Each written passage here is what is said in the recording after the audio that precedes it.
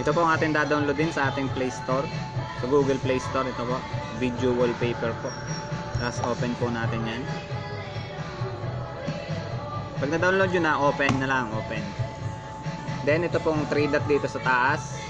Ito po. Nasa taas po. Sa corner, yung pong 3 dot na yon. Tapos select nyo lang po yung local video.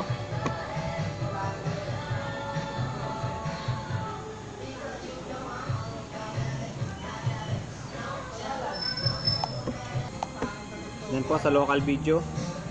Ito po yung video natin.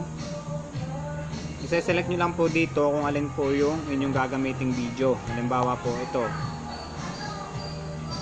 Yan po. I-set as launcher nyo lang po. Ito pong nasa baba. Click nyo lang po yan. Then successfully set na po. Okay nyo na lang. Tapos na po yun. Naka wallpaper na po siya. Yun lamang po. Salamat.